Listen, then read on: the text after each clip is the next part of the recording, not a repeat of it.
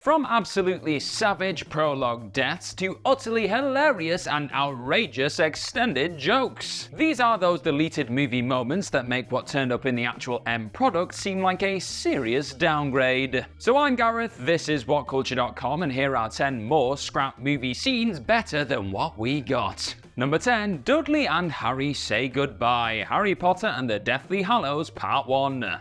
After years of being bullied and tormented by his horrendous cousin, Dudley Dursley seemingly just wandered right out of Harry Potter's life in the opening sequence of Harry Potter and the Deathly Hallows Part 1. And that was, well, that really. However, there was a time there when the Harry-Dudley arc would have had a way more satisfying conclusion, if one particularly emotional version of this scene was left in the finished product. As the Dursleys leave their longtime home on Privet Drive to keep themselves safe from the incoming Wizarding War, Harry would have originally shared a pair of rather interesting conversations with his aunt and Dudley. Fiona Shaw produced some of the best work she did throughout the entire series when reminding Daniel Radcliffe's Harry how she lost a sister that night all those years ago too. And then you have Harry Melling's emotional handshake with Radcliffe, with his line of "I don't think you're a waste of space" both redeeming the character of Dudley and adding a touching moment to the mix early into this particular Potter flick. Not sure it may have slowed up the opening stages a touch, but it definitely would have been worth it to see Big D's unexpectedly emotional farewell.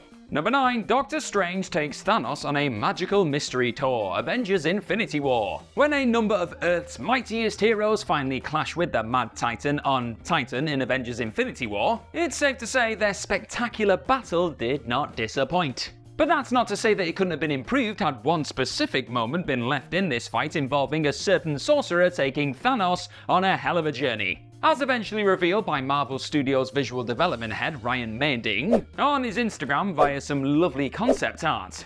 Doctor Strange's part in this stunning attempt to get the Infinity Gauntlet away from Thanos would have seen him take Thanos on a mystery tour, a magical mystery tour thing when he put his thumb on his head, just like what happened to him all those years ago in the first Doctor Strange movie. Now look, the Strange and Thanos fight still boasts some of the most epic visuals you're ever going to see in the MCU, that like million whip thing that they do and Thanos is like, "Argh!" It looks awesome. But this mighty clash would have been even more awesome had they just taken a brief, breathtaking trip through a few dimensions during that fight. Number 8. Helen Mirin drops an F-bomb early, Barbie. During Barbie's instantly iconic opening stretch, one inspired by 2001 A Space Odyssey, the voice of Helen Mirren pops up as the film's David Attenborough-esque narrator. And though hearing Mirren talk about how this doll changed the world and introduce viewers to Barbieland for the very first time was obviously captivating because it's Helen bloody Mirren, those first few minutes would have actually originally contained an extended joke that would have left audiences completely stunned. According to Greta Gerwig herself when talking to CinemaBlend earlier this year, the director's favourite line in the entire flick would have gone down during the first page of the script. The joke would have involved Mirren's narrator telling Marie Curie to pipe the F down, a flabbergasting exchange which was designed to set the tone for the flick pretty early on. In the end though, Gerwig decided to scrap this much more comical and outrageous version of the scene, with Issa Rae being given the solitary F-bomb honour instead, Number 7. Gilgals Death, The Lord of the Rings, The Fellowship of the Ring. As the armies of men and elves join forces to take down the big bad Sauron during the Battle of Dagorlad during the opening stages, the prologue, if you will, of The Lord of the Rings, the Elven King Gilgalad and King of Gondor, Elendil, would have clashed with the maker of the One Ring. Though that part didn't really end up in the film, did it? Now sure, the Fellowship of the Ring did still at least show Elendil getting wiped out by Sauron with his big old mace, but one of Sauron's most diabolical acts didn't even make it into the theatrical or extended edition versions of the Fellowship of the Ring or Lord of the Rings or any of it. During the moments leading up to that Elendil smash that I mentioned before, images that eventually found their way online revealed that Gilgalad's death was shot and just never used for the film. Here, the Elven King would have been burned to death after being picked up by his throat, just incinerated, showing off exactly how savage the Dark Lord could be during the opening minutes of the whole saga. Instead though, Jackson and co just decided to put more spotlight on Hugo Weaving's Elrond when it came to this Middle-earth changing war, all but erasing Gilgalad from the battle. Oh, gone, but not forgotten. Now I've got a quick question for you. What is your favourite extended edition scene when it comes to all of the Lord of the Rings and the Hobbit, all that good stuff? Let me know in the comments section down below, and if you don't like either of those films, well, don't answer the question.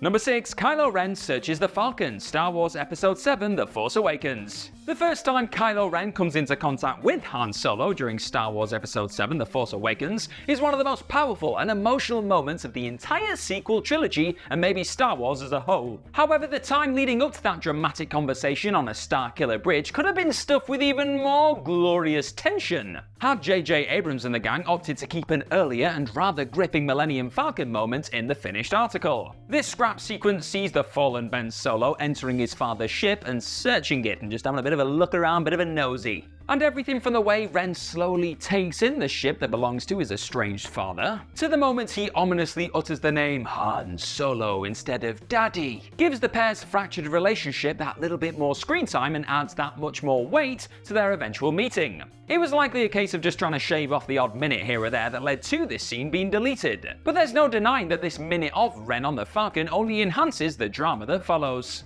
Number 5. The Moonage Daydream moment. Glass Onion, a Knives Out mystery. Rian Johnson's Glass Onion, a Knives Out mystery contains more flashback scenes than you can shake a Mona Lisa at. And it turns out that one of these jumps back in time could have contained one hell of a music number. That's according to two of the film's stars, Edward Norton and Janelle Monáe. Back when the team was shooting the moments when Norton's Miles and Monet's Andy and the rest of the gang were all on better terms in their younger years, the actors bonded over their shared love of David Bowie. With that in mind, the two felt that it'd be a pretty cool idea if their two characters shared the open mic night stage, and performed their own version of Moonage Daydream as pals for all of the Glass Onion regulars. And the director was well into giving the idea a go too, with Johnson actually shooting a sequence involving Norton, Monáe, Catherine Hahn and Kate Hudson belting out a version of the Bowie hit. Said incredible music number, one that saw Monáe blasting out the tune and Norton actually playing it, never actually made the final cut though, and fans instead just had to settle for Starman playing in the background of the bar at the Glass Onion thing, yeah. Number 4. The origin of To Infinity and Beyond, Lightyear. It wouldn't be a Buzz Lightyear movie without the beloved Space Ranger's iconic catchphrase being unleashed a few times during the runtime. And sure enough, Lightyear came with more than a few satisfying To Infinity and Beyonds. And a lot of this, it was very cute. However, what surprisingly didn't make it into the flop of a Pixar movie was the unexpected and rather humorous origins of that catchphrase. Cut out of the project due to pacing reasons, according to director Angus MacLane, the original first appearance of Izzy, Buzz's best pal Alicia's granddaughter, would have involved the pair bickering over infinity, as you do. Claiming that she was going to learn to count beyond infinity, Buzz soon informs the youngster that this is mathematically impossible, and a potentially never-ending "no I'm not, yes you are" exchange soon kicks off. It's a sweet back and forth and a cute way to drop the well-known line into the film. And while the way Izzy was introduced in the eventual movie was still quite sweet and quite emotional, she was in a hologram with a grandmother and she was talking about To Infinity and Beyond, it was quite nice. This original version was much stronger and I demand that it gets put back in the movie. There, I said it. Number 3. Shaggy the Stoner, Scooby-Doo. It's certainly suggested on a number of occasions during 2002's live-action Scooby-Doo movie that the titular mutt's best pal Shaggy was quite the fan of, getting toasted. However, as noted by the film's editor Ken Bader when talking to Jay and Millie on YouTube, this was hinted at in a far more hilarious way in James Gunn's original script. So there was one notably rated R gag that was set to go down during the first 10 minutes of the flick when we reunite with Shaggy and Scooby inside of a smoking mystery machine, with the camera originally zooming in on a sign that said pot $5 before it then panned down to reveal a plant pot, cause haha.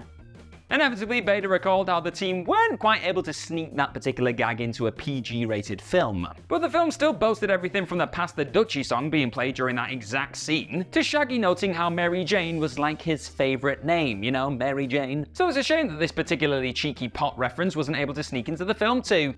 Number 2. Some way creepier rat traps were nearly used, The Batman. So the moment when the Riddler reveals that he's actually found a way to put a really elaborate and grotesque looking rat trap on top of Commissioner Pete Savage's head during The Batman is already quite disturbing, isn't it? However, had the director gone for one of the many other distressing versions of this particular rat trap, things would have been even creepier, to be honest.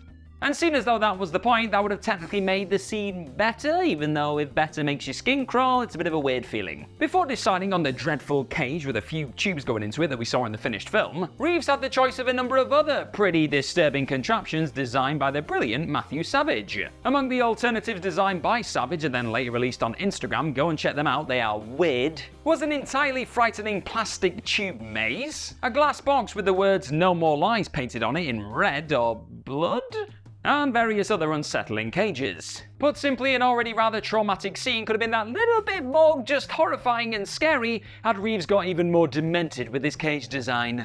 Number 1. The alternate Iron Man post-credit scene, Iron Man. There was an idea once of a scene involving Nick Fury talking about some of the heaviest hitters in Marvel history during one of the first post-credit scenes in MCU history too. However, the only problem was that Marvel Studios didn't possess the rights to use or even name drop these specific characters at that way earlier stage of the first Iron Man. We know things have changed now, but back then it would have been a big no-no. So that's likely the reason this one specific and undeniably awesome version of the Nick Fury post-credit scene that we see at the end of Iron Man was scrapped. As eventually revealed by Marvel's president Kevin Feige later down the line, said alternate Fury-Tony Stark exchange would have seen Nick telling Iron Man about mutants and radioactive bug bites, that kind of stuff that would just blow your mind back in 2008. And look, let's be honest, yes, when Samuel L. Jackson first mentioned to Robert Downey Jr. that, there's an Avengers initiative and we want you to be a part of it, Iron Man, it was a pretty cool moment already, wasn't it? But can you imagine the sound of all the jaws hitting the floor at the exact same moment when the likes of the X-Men and Spider-Man were hinted at this early on? You'd be like, what the hell is going to happen next? Now, Feige and the gang were never going to get away with this back in 2008, of course. However, now that mutants and webheads are very much a thing in this current MCU, this alternate Fury bombshell suddenly feels like it belongs more in the actual overall universe than the one that's in the theatrical cut. How times change.